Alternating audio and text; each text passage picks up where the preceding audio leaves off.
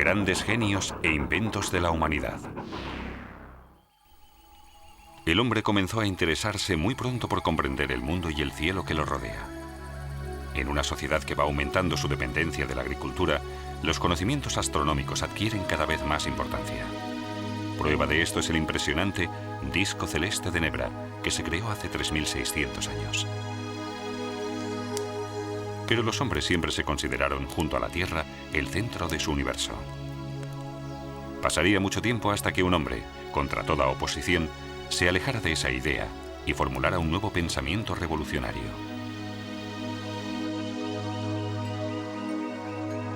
La concepción del mundo de Nicolás Copérnico.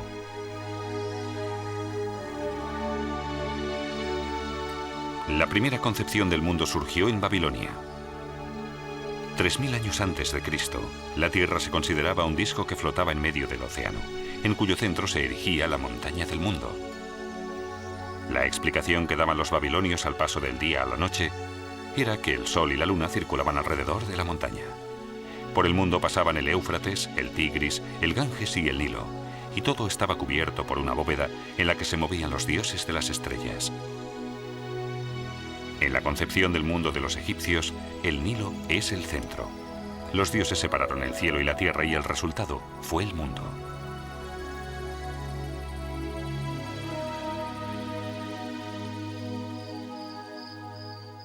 En la antigüedad, el hombre también intentó interpretar los fenómenos del cielo mediante explicaciones mitológicas. Anaximandro de Mileto dibujó el primer mapa del mundo y construyó el primer globo celeste. Representó la Tierra como un cilindro, y en su parte más profunda se encontraba el submundo.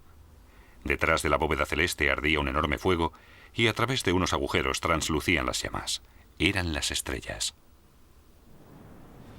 Primero, Aristóteles introdujo la observación precisa, y con ella la lógica de la ciencia.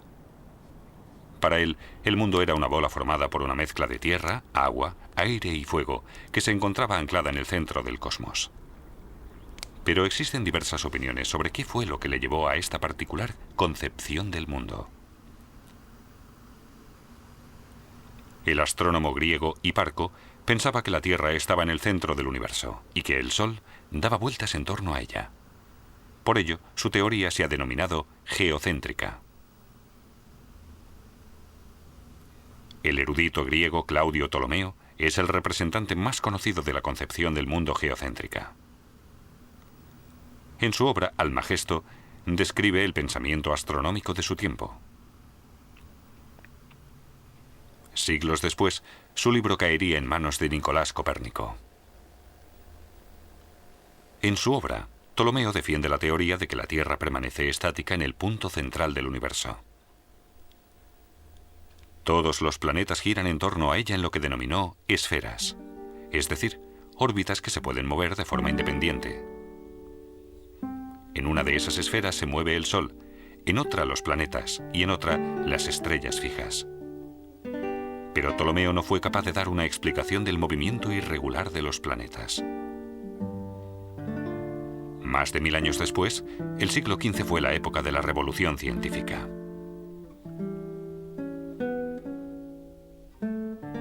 Dos acontecimientos importantes impulsan el desarrollo de Europa.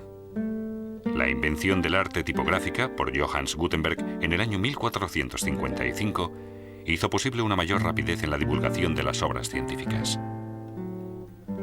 El segundo acontecimiento importante fue el descubrimiento de América por Cristóbal Colón en el año 1492. Con él, las últimas dudas sobre la forma redonda de la Tierra se disiparon.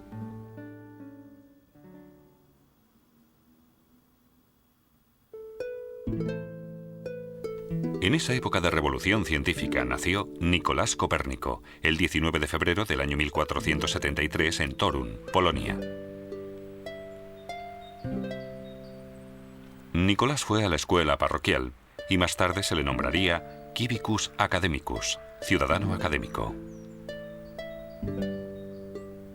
Tras la muerte de su padre se encarga de él su tío, el obispo Lucas van der Rohe, que se encarga de darle una extensa educación en las mejores universidades.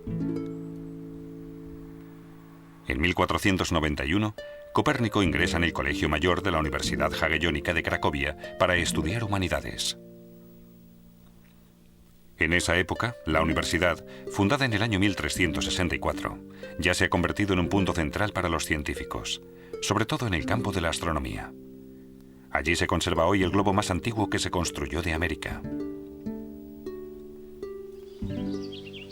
En 1469, Copérnico se traslada a Bolonia para estudiar Derecho. Allí despierta su interés por la geografía y la astronomía. En el año 1500 recibe una oferta de la Universidad de Roma, La Sapienza, para dar clases de matemáticas y astronomía.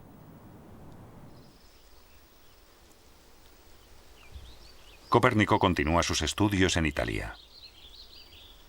Estudia medicina en la Universidad de Padua y adquiere gran importancia como médico entre sus contemporáneos. En 1503, Copérnico obtiene el doctorado en Derecho Canónico en la Universidad de Ferrara. 3 años más tarde regresa a su patria y trabaja como médico de cámara y secretario de su tío, el obispo de Guarmia. En el año 1512 fue nombrado canónigo en Freudenburg, con lo que se asegura el sustento para el resto de su vida. No obstante, el cargo conllevaba diversas tareas administrativas.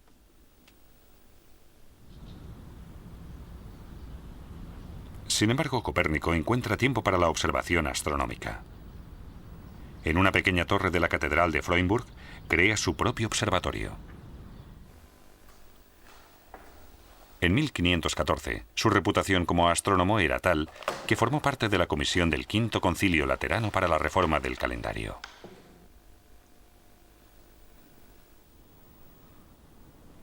En esa época, redacta su primera obra astronómica, Commentariolus, pequeño comentario.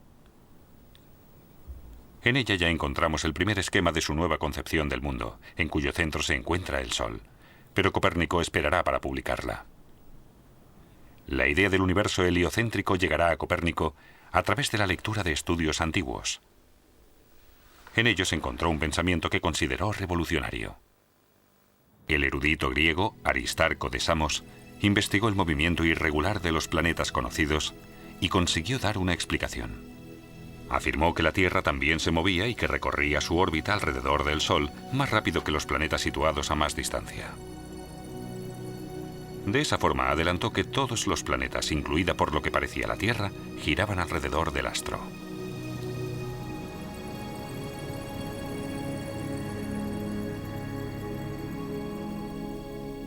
Pero la teoría de Aristarco no pudo convencer, porque sobrepasaba la imaginación de la gente de su época.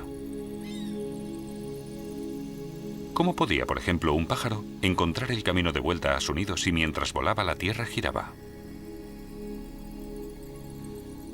Sin embargo, a Copérnico le fascinó la idea y desarrolló 3 teorías sobre ella. La primera, la Tierra gira a diario sobre su propio eje.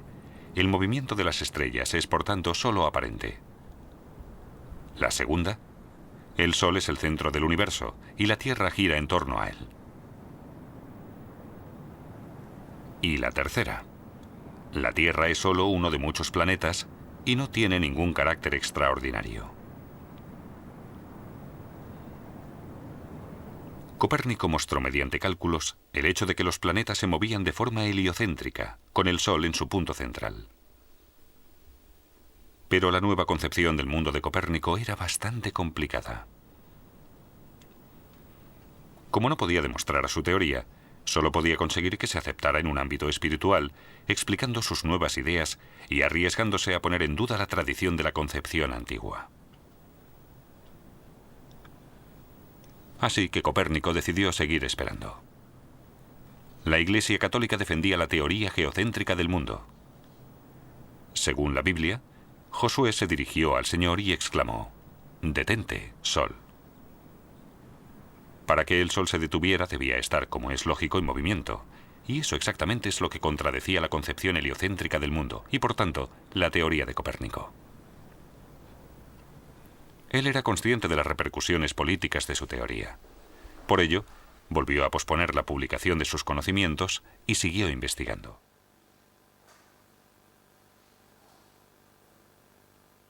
Desde el año 1516 hasta el 1521, Copérnico ejerció en el castillo de Allenstein, Polonia. Durante la guerra contra los caballeros teutónicos, defendió tan bien el castillo de la Orden Alemana que logró superar el asedio de enero de 1521.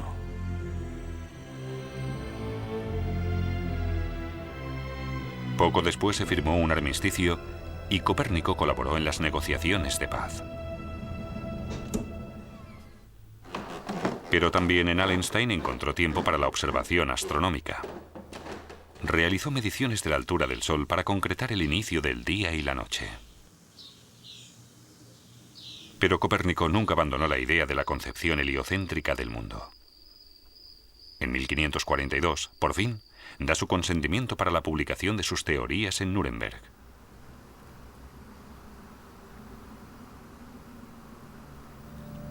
Ya en su lecho de muerte se publicó su obra completa con el título De Revolutionibus Orbium Coelestium, sobre el movimiento de las esferas celestiales. Pero no cabe afirmar con seguridad si él llegó a comprender lo sucedido cuando se le hizo entrega de un ejemplar. A pesar de haberle dedicado la obra al mismísimo Papa, en 1616 la Iglesia Católica la incluyó en la lista de libros prohibidos. Pero eso no restó su importancia reveladora y su aportación fundamental a la astronomía moderna. La Edad Media destacó sin duda por su visión geocéntrica del mundo. Copérnico supo dar una visión global y se encaminó así hacia la concepción moderna del universo. Si Copérnico no hubiera insistido en las órbitas de los planetas, no se habría producido ningún avance en los estudios de su posición.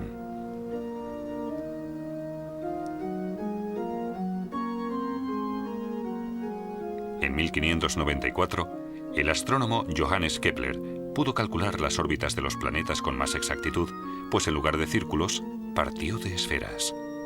Kepler se basó en las ideas fundamentales del sistema heliocéntrico de Copérnico.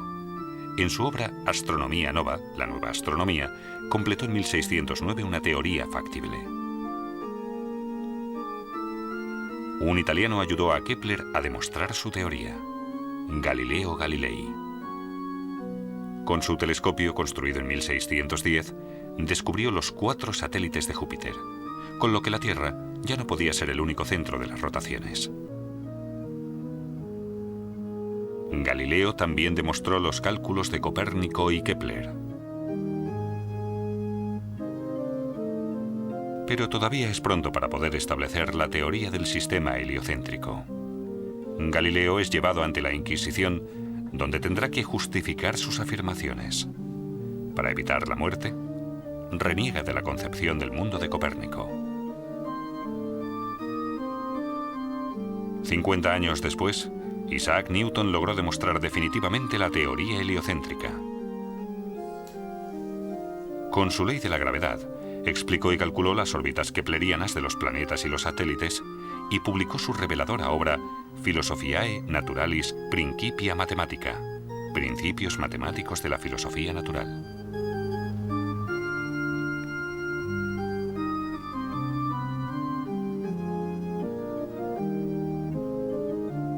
Pero el Papa y la Iglesia Católica necesitaron más tiempo para aceptar definitivamente la teoría de Copérnico. No levantaron la prohibición de su obra De Revolutionibus Orbium Coelestium hasta el año 1822.